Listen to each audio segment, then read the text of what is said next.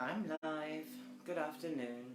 It is Wednesday, the 28th of July 2021, and I have been reading out of Life in the World Unseen. It's an old book, no publishing date, by Edward Borgia, who channeled a message from the beyond.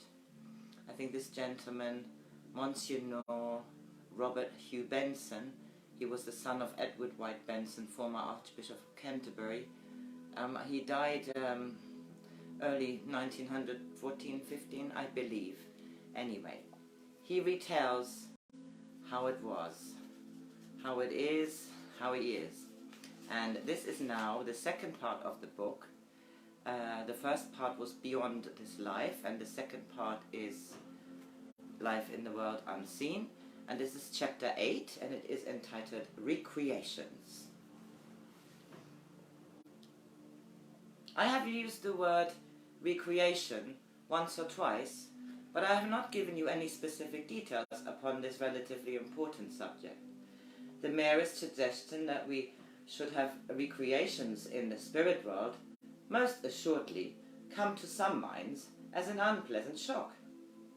Those same minds will instantly think of the many and varied sports and pastimes that are usefully and profitably indulged in upon the earth plane. To transplant, as it were, such fundamentally earthly things into a world of pure spirit is inconceivable. Inconceivable perhaps because the whole idea is far-fetched, or because the spirit world should be regarded as a higher state, a state that is in which we shall leave behind us all our earthly habits and live perpetually in a condition of high ecstasy, caring only for those vague, unsubstantial things that our respective religion intended or hinted to us being the reward of the good. To entertain such suppositions about this life is to suggest that, by the very fact of our coming into the spirit world to live, we are at once in the presence of God, or that at least we are within the realm wherein God dwells, and therefore anything even remotely suggestive of earthly customs or manners would be rigidly excluded as too unholy for admission. Such ideas as these are, of course, pure nonsense, since God is no nearer to us in the spirit world than he is to us in the earth world. It is we who are nearer to him, because, among other things, we can see more clearly the divine hand in this world and the expression of his mind. Thus, or her mind. Thus, however, it is a deeper subject which is not within our providence to go into just now.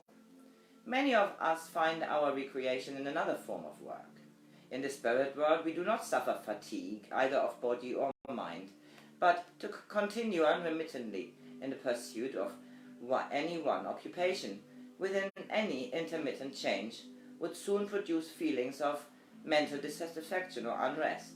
Our powers of application to any given tasks are immense, but at the same time we draw a very clear line of limitation for any period of our work in respect to the whole, and beyond that line we do not go.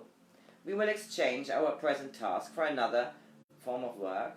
We can create work altogether and spend our time we can cease work altogether and spend our time reclining in our homes or elsewhere. We can occupy ourselves in study, or we can engage ourselves in the amusing recreation that abound in these realms. When we have created our work for the time being, we are much in the same case as are you, who are still upon the earth plane. What shall you do to amuse yourself? You may feel that physical rest is necessary, and so you will incline towards intellectual recreation. And so it is precisely with us here. Intellectual recreation, which may take diverse form, is amply provided for us in the halls of learning, because learning can itself be a recreation. Ruth and I have spent many happy hours in the library and the hall of art, but there have been numberless occasions when we felt the need for something more sturdy and we have walked down to the sea and gone aboard one of the fine vessels there, and hence paid a visit to one of the islands. And here at the seaside we have one of the most entertaining of our sports.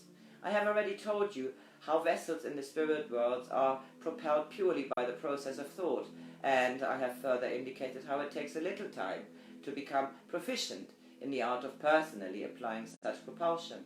Such proficiency is ultimately achieved, but we can test our progress and receive valuable aid in our endeavours by taking part in contests upon the water. A clear distinction must be drawn between such contests upon the earth plane and those in the spirit world. Here we are assured, because we know, that all rivalry is purely friendly. There is no gain attached whatever beyond the experience and the acquisition of greater skill, and there are no prizes to be won for and who fought for and won.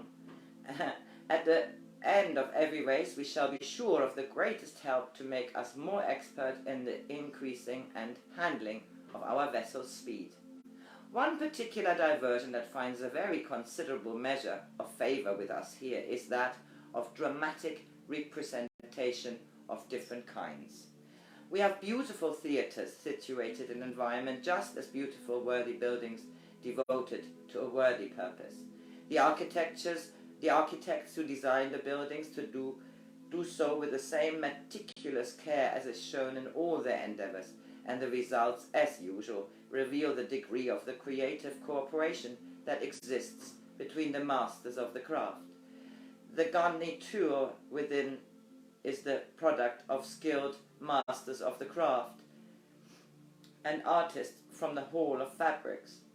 The gardens without have the same devoted care lavished upon them. The result is as far removed from any earthly theatre as it's possible to imagine. Before I speak further upon this subject, I would like to observe that I am fully aware that there are people upon the earth plane who totally disapprove of theatres and everything connected with them. In most instances, such aversion is the outcome of religious upbringing. I cannot alter the truth as I find it in the spirit world to accord with certain religious views held by people still incarnate. I speak of those things which I have witnessed in company with thousands of others, and the fact of strong disapproval by earth people of what I have described as existing in the spirit world in no way proves such things to be non-existent, and therefore my statement to be false. My position for observation is incomparably superior to theirs, because I have left the earth world, and because an inhabitant of the spirit world, and become an inhabitant of the spirit world. If our descriptions of the world we now inhabit were to be altered to suit every individual taste and every preconception of what the spirit world ought to be, we might just as well cease forthwith to give any further description, since, after being so tampered with, they would be worthless. Lest I should have conveyed my false impressions in saying this, let me add that anyone who expressed disapproval of all or any form of recreation he found here, such as a person would never be asked to indulge in them. With others of similar views he would find himself in a little community apart. There is to remain safety out of range of all supposed earthly things, and able to live in such a place as he thought heaven ought to be. I have met such people, and it was not long as a rule before they abandoned their home-made heaven and walked abroad into the finer, greater heaven, which is the work of the greatest mind, the Creator. Each theatre of this realm is familiar to us by the type of play that is represented in it. The plays themselves are frequently vastly different from those that are customary upon the earth plane. We have nothing that is sordid, nor do we have the authors of plays insist upon harrowing their audiences. We can see many problem plays where social questions of the earth plane are dealt with, but unlike the earth plane, our plays will provide a solution to the particular problem, a solution which the earth is too blind to adopt. We can go to see comedies, where I do assure you the laughter is invariably much more hearty and voluminous than it is ever to be heard in a theatre of the earth plane. In the spirit world, we can afford to laugh at much what we once, when incarnate, treated with deadly seriousness and earnestness. We have witnessed grand historical pagans showing the greater moments of a nation, and we have seen too history as it really was, and not as it is often so fanciful written about in history books. But surely the most impressive and at the same time interesting experience is to be present of one of those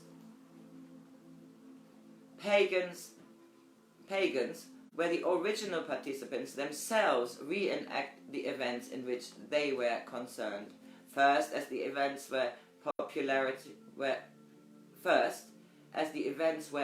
popularly thought to have occurred, and then as they actually took place. These representations are among the most widely attended here, and never are there more attentive and rapt members of the audience than those players who, during their earthly lives, played the parts in stage plays of the various famous characters whom they are now seeing in the flesh.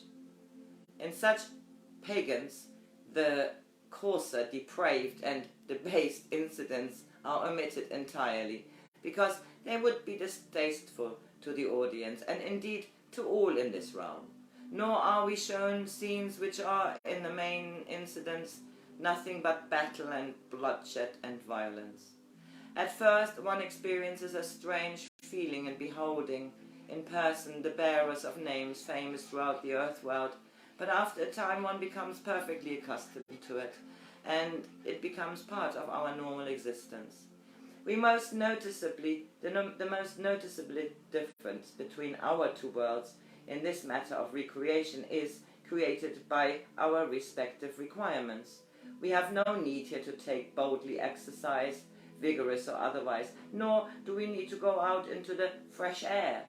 Our spirit bodies are always in perfect condition. We suffer no disorder of any kind, and the air, which cannot be other than fresh, permits into every corner of our houses and buildings, where it fully retains its purity. It would be impossible for it to become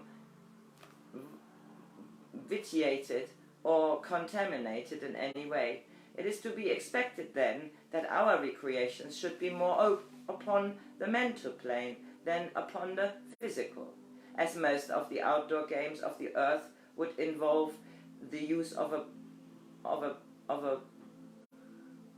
ball. It will be appreciated that here, where the law of gravity operates under different conditions from yours, anything in the nature of propelling a ball by striking it would lead to quite hopeless results. I'm speaking now of games of a competitive nature.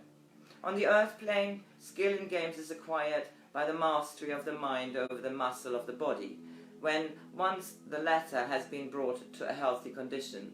But here we are always in a healthy condition, and our muscles are always under the complete and absolute control of our minds. Efficiency is quickly gained, whether it is in playing upon a musical instrument, painting a picture, or in any other pursuit that requires the use of the limbs. It will be seen, therefore, that most of the usual games would lose their point here.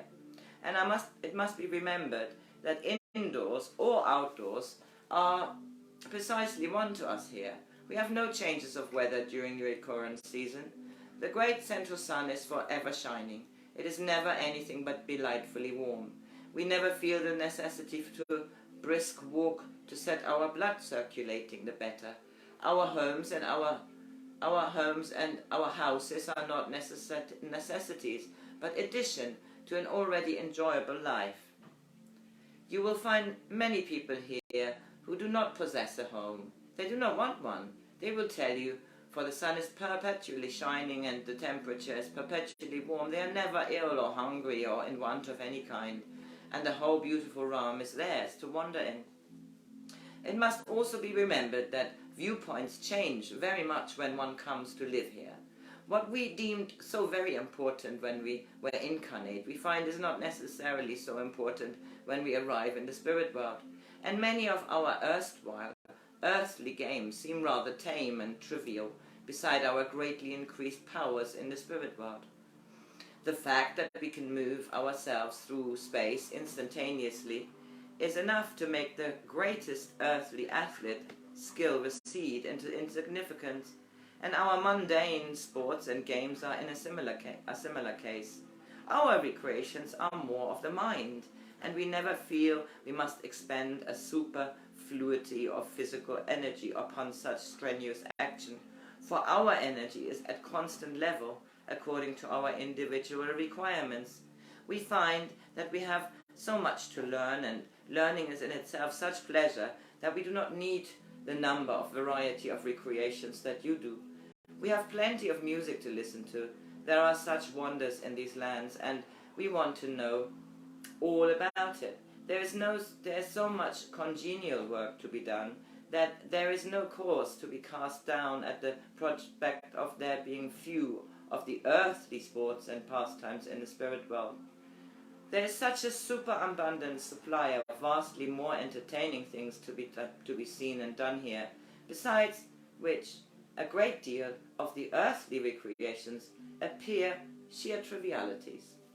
Right, so this is the end of chapter 8, and we are getting to chapter 9 tomorrow or whenever, and it is entitled Spirit Personalia. Today's Thursday, tomorrow's Friday. Yay!